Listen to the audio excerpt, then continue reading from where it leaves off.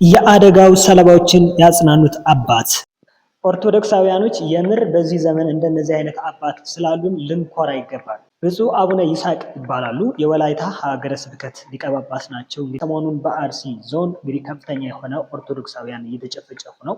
ከሞት የተረፉት ደግሞ ወላይታ ሆስፒታል ላይ ይገኛሉ። እነሱ ደግሞ ድጋፍ ለማድረግና ለማጽናናት ነው የተገኙት። የምር በጣም የሚያስገርም ስራ። በምስራቅ አርሲ ሀገረ ስብከት በደረሰው አስከፊ ግድያ በተአምር ከሞት የተረፉ ወገኖች አሉ። እነዚህን ወገኖች ለመጠየቅና ለማጽናናት ብፁዕ አቡነ ይስሐቅ ወደ ወላይታ ሆስፒታል ድረስ ተገኝተዋል። ብፁዕነታቸው የተረፉትን በቅርበት በማነጋገር አጽናንተዋል። እንዲሁም የቆሰሉትን ለመርዳት 70 ሺህ ብር ድጋፍ አድርገዋል። ይህ አይነቱ ተግባር የአባቶቻችንን እውነተኛ ርኅራኄና ፍቅር በጉልህ የሚያሳይ ነው። እንዲህ አይነቱን ስናይ ፈጽሞ በአባቶቻችን ተስፋ እንዳንቆርጥ ያደርገናል። በሐዘንና በፈተና ወቅት አባቶች ከጎናችን መሆናቸው፣ በገንዘብም በሞራልም መደገፋቸው ለብዙዎች ትልቅ ብርታት ነው።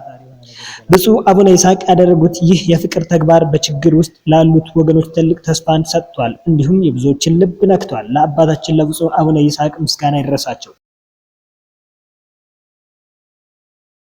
የሞቱት እንግዲህ አንድ የሰማዕትነትን ተቀብለዋል። እግዚአብሔር እንግዲህ ነፍሳቸውን በአጸደ ገነት ያኖርልን። ፈጣሪ ደግሞ ሁላችንም ጸሎታችን ሰምቶ ሀገራችን ኢትዮጵያ ሰላም ያድርግልን።